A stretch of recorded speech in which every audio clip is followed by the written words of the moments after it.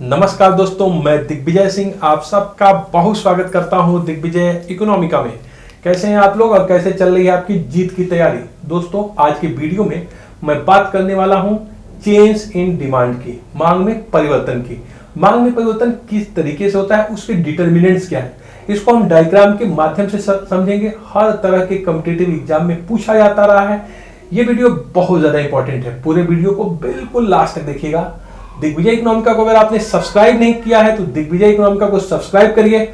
हम economic related सबसे बेहतर क्वालिटी की वीडियो, ऑथेंटिक वीडियो आपको देने का कर रहे हैं अपना पूरा प्रयास। तो दोस्तों, आइए हम लोग सीखते हैं कि क्या है चेंज इन डिमांड का मतलब, मांग में परिवर्तन का मतलब। कल की वीडियो में मैंने बिल्कुल क्लियर किया था कि मांग का मतलब क्या है। जब मैं डिमांड की बात करता हूं तो ये आपके डिजायर और वांट से अलग होता है। मांग में इंपॉर्टेंट होता है परचेजिंग पावर, किसी चीज की आवश्यकता और उसको खरीदने की शक्ति, एबिलिटी टू पे अगर नहीं है तो मांग नहीं है। मेरे पास किसी वस्तु की आवश्यकता है और उस वस्तु को खरीदने की क्षमता है, एबिलिटी है, परचेजिंग पावर है, तभी मैं उसको कहूंगा मांग। कल के वीडियो में यह भी क्लियर किए थे हम कि जो मांग के निर्धारक है, डिमांड फॉर एक्स, मान लीजिए मुझे एक्स की मांग करनी है, डिमांड करनी है, तो ये 5 चीजों के द्वारा निर्धारित होता है। पहला चीज, उस वस्तु की प्राइस क्या है। दूसरा, मेरी इनकम वाई क्या है। मेरा टेस्ट और प्रेफरेंस क्या है। प्राइस ऑफ सब्स्टिट्यूट गुड्स क्या है और ये एडवर्टाइजमेंट का लेवल क्या है। तो ये 5 चीजें डिमांड के निर्धारक होती हैं। लेकिन अगर ये 4 चीजों को मैं स्थिर मान लूं, मेरे इनकम को, अपने टेस्ट को, प्राइस ऑफ सब्स्टिट्यूट गुड्स को और एडवर्टाइजमेंट को, तो एक्चुअली पी एक्स और डी एक्स में एक रेसिप्रोकल रिलेशन है, इनवर्स रिलेशन है। और इसीलिए आपने देखा कि मांग वक्र नीचे गिरता हुआ है। ये जो है डाउनवर्ड स्लोपिंग है, निगेटिव स्लोपिंग है, और ये दिखाता है कि अगर कीमत ज्यादा होगी तो मांग कम होगी और कीमत कम होगी तो मांग ज्यादा होगी। तो दोस्तों, आइए यहां से अब हम शुरू करते हैं कि मांग में विस्तार, एक्सपांशन इन डिमांड, या फिर मांग में संकुचन, कॉन्ट्रैक्शन इन डिमांड का मतलब क्या है। मान लीजिए दोस्तों, यहां इस डायग्राम में आप अच्छे से समझ पाएंगे। मान लीजिए किसी प्रोडक्ट की प्राइस है 10 रुपीज और 10 रुपीज पे मैं उस प्रोडक्ट के 20 यूनिट को परचेज करता हूं। मतलब 10 रुपए उस प्रोडक्ट की प्राइस है और इस पे मैं 20 यूनिट उस प्रोडक्ट को परचेज करता हूं। मान लीजिए उस प्रोडक्ट की प्राइस बढ़ के 12 रुपीज हो गई। तो मांग का नियम यही है कि अगर किसी वस्तु की प्राइस बढ़ेगी तो मैं उसकी डिमांड कम करूंगा। तो आप देखते हैं कि जब ये 12 रुपीज होता है तो ये मेरी डिमांड कम हो जाती है। अब मैं इसका सिर्फ 15 यूनिट ही डिमांड करता हूं, परचेज करता हूं।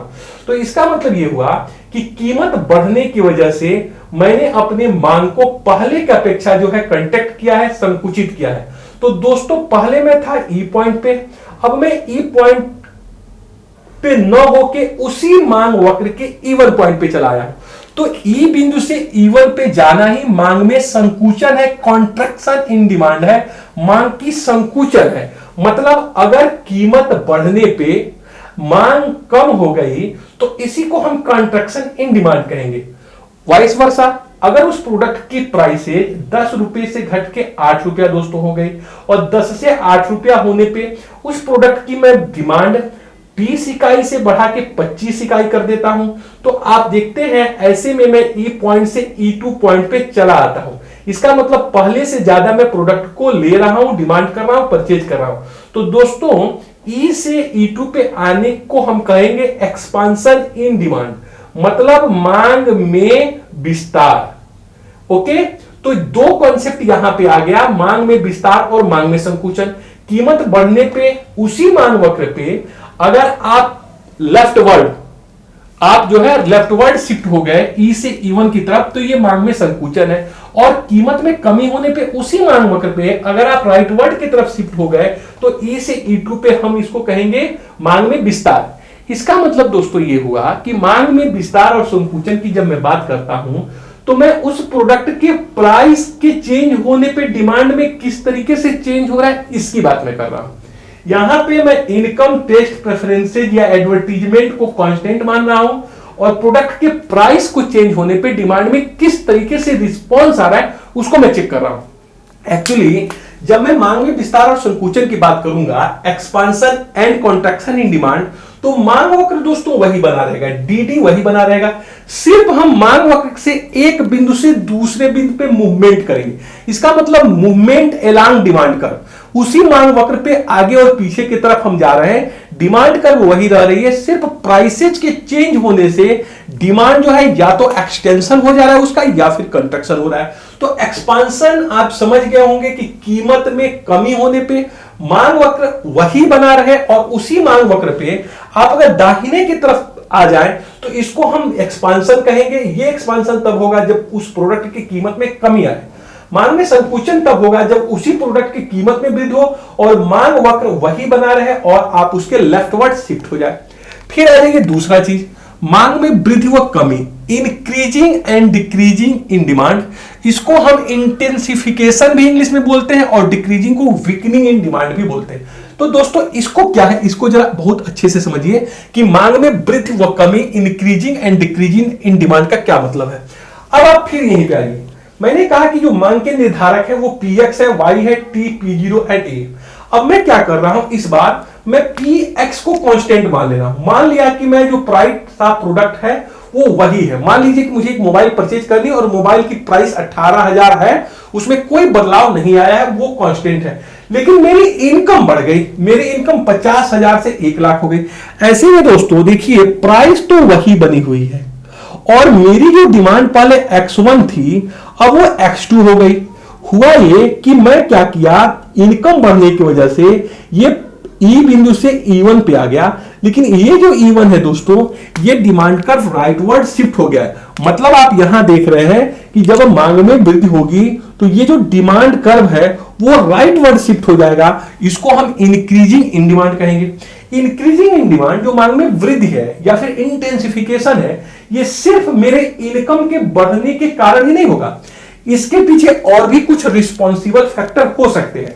वो कौन कौन से रिस्पॉन्सिबल फैक्टर हो सकते हैं दोस्तों, जिसकी वजह से हमारा जो मांग वक्र है वही राइटवर्ड शिफ्ट हो जा रहा है, उसी में इंटेंसिफिकेशन हो जा रहा है, उसी में इंक्रीजिंग हो रही है। वो हो सकता है कि कोई प्रोडक्ट बहुत ज्यादा पॉपुलर हो जाए, बहुत ज्यादा लोगों के द्वारा वो उसको चाहने लोग लगे।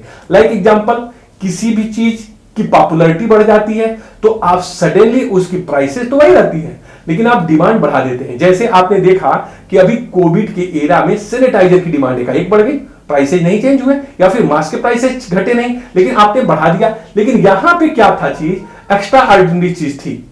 दूसरी चीज, अगर एक्स्ट्रा ऑर्डिनरी सिचुएशन ना होती, कोविड की सिचुएशन ना होती, लेकिन मेरी इनकम भी बढ़ जाती, मेरी इनकम 50,000 से 5 लाख हो जाए तो मैं मोबाइल की सीधे जो है डिमांड बढ़ा दिया, तो यहां पे इंक्रीजिंग हो गई। या फिर कोई प्रोडक्ट फैशन में आ गई, या फिर क्या हुआ कि मेरा टेस्ट बदल गया।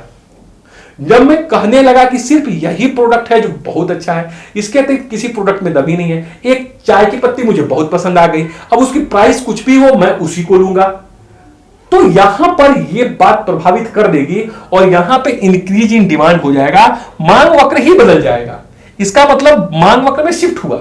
यहां पे आप देखते थे मांग वक्र में शिफ्ट नहीं होता था, अलोंग विद डिमांड कर उसी मांग वक्र पे बने रहते थे। इसके अतिरिक्त ये भी हो सकता है दोस्तों कि जो सब्स्टिट्यूट गुड्स है, सब्स्टिट्यूट गुड्स वो बहुत महंगा हो जाए, तो सब्स्टिट्यूट गुड्स जब महंगा हो जाएगा तो इसकी आप डिमांड को बढ़ा देंगे, या इसकी कंप्लीमेंट्री गुड्स सस्ती हो जाए तब भी आप डिमांड को बढ़ा देंगे क्योंकि कंप्लीमेंट्री ही सस्ती हो गई है। आप समझ रहे हैं बात क्या मैं कह रहा हूं। अगर पेन बहुत सस्ता हो जाए तो आप रिफिल की डिमांड को बढ़ा सकते हैं। तो ये चीजें हो सकती हैं कि प्रोडक्ट बहुत ज्यादा फेमस हो जाए, मेरी इनकम बहुत ज्यादा बढ़ जाए, मेरा टेस्ट एकाएक बदले, या फिर एडवर्टीजमेंट। कई बार क्या होता है कि हम अपनी डिमांड को प्रभावित कर देता है एडवर्टीजमेंट। आजकल आप देखिए ओलिगोपोली में जो कंपनियां हैं अरबों रुपया खर्च कर रही हैं एडवर्टीजमेंट पे। इसका कारण क्या है? इसका कारण दोस्तों यही है कि एडवर्टीजमेंट एक बहुत इंपॉर्टेंट इंस्ट्रूमेंट हो गया है आपकी साइकोलॉजी को चेंज करने के लिए। आप देखते हैं कि बड़े बड़े स्टार, अब हमारा समाज भी कैसा है कि अगर अमिताभ बच्चन आके स्कूटी का एडवर्टीजमेंट कर दे तो हम स्कूटी परचेज करते हैं, जबकि अमिताभ बच्चन कभी स्कूटी पे चलते ही नहीं होंगे, फिर भी क्या करिएगा। तो फिर अगर हम मेगा स्टार सुपर स्टार से अगर एडवर्टीजमेंट करा दें तो एडवर्टीजमेंट करा दे तो हम डिमांड का एक बढ़ा दिए, प्राइसेज क्या स्कूटी की कम हुई? उत्तर है नहीं, सिर्फ जो एडवर्टीजमेंट की वजह से डिमांड बढ़ गया तो मांग वक्र ही बढ़ जाए। इसको हम कहेंगे increasing in demand, intensification in demand. लेकिन इसका उल्टा भी हो सकता है, डिक्रीजिंग और वीकनिंग इन डिमांड भी हो सकता है। मान लीजिए क्या हुआ कि उसी प्राइस पे, प्राइस में किसी तरह का परिवर्तन नहीं हुआ, लेकिन ये जो डिमांड कर्व है वो अब लेफ्टवर्ड शिफ्ट हो गया। पीछे की तरफ शिफ्ट हो गया, मतलब पहले D1 से D2 हो गया था, अब ये D0 हो जाए, ऐसा भी हो सकता है। मतलब क्या हुआ कि प्राइसेस तो 10 ही रुपया है, लेकिन जो मैं डिमांड कर रहा था वो X1 की जगह पे अब X0 कर रहा हूं, मतलब पहले से कम कर रहा हूं। जब डिमांड कर दोस्तों पहले से कम हो गया, तो ऐसे में आप देखेंगे जो डिमांड कर्व है वो खुद शिफ्ट हो जाएगा। वो अब आप E से E0 पे आ गए, लेकिन यहां पे से जो यहां पे आप आए हैं ना, इसको हम कहेंगे डिक्रीजिंग इन डिमांड, इसको हम कहेंगे डिक्रीजिंग इन डिमांड, मांग में कमी। ओके, इसको वीकनिंग इन डिमांड भी कहेंगे, मांग में कमजोरी भी कहेंगे। इसका मतलब क्या हुआ, यहां पे कीमत तो वही है 10 रुपया, लेकिन मेरी इनकम कम हो गई। कोविड में किसी की नौकरी चली गई, लोग बेरोजगार हो गए, डिमांड कम कर दी, या कोई प्रोडक्ट ऐसा था जो बिल्कुल फैशन से बाहर होने लगा, या फिर उसकी एक र्यूमर उड़ गई। आपने देखा कई बार र्यूमर गिरने की वजह से भी क्या होती है, प्रोडक्ट की प्राइसेज वही बनी रहती है, डिमांड कम हो जाती है। तो वही रिस्पॉन्सिबल फैक्टर जो यहां थे वही रिस्पॉन्सिबल फैक्टर यहां भी है, लेकिन परिस्थितियां बदल रही हैं। इसमें जो है डिमांड पहले की अपेक्षा कम हो रहा है और demand word left word shift हो रहा था, पहले राइट वर्ड शिफ्ट होता था। अब दोस्तों अगर आप दोनों में, अगर आप कंपटीशन में देखते हैं तो कई बार पूछा जाता है कि दोनों में अंतर क्या है। एक्सपांशन इन डिमांड और कंट्रैक्शन इन डिमांड में जो मांग का शेड्यूल है वही बना रहता है, मांग वक्र नहीं बदलता है। हम उसी मांग वक्र पे राइट वर्ड या लेफ्ट वर्ड जो है क्या होते हैं, मूव कर रहे होते हैं। लेकिन जब हम increasing and decreasing of demand की बात करते हैं तो हमारा जो शेड्यूल है डिमांड कर्व का वो बैकवर्ड या राइटवर्ड शिफ्ट हो जाता है। इसको हम कहते हैं increasing and decreasing in demand. तो दोस्तों ये रहा हमारा कि किस तरीके से मांग में परिवर्तन होता है, और मांग में परिवर्तन जो है हो सकता है आपकी दो चीजों की वजह से, या तो प्राइस ऑफ प्रोडक्ट चेंज हो या फिर जो यहां अदर वेरिएबल है वो चेंज हो। तो एक दोस्तों ये बड़ा छोटा सा कंसेप्ट है जो मैंने आपको कंसेप्ट रूप से क्लियर किया।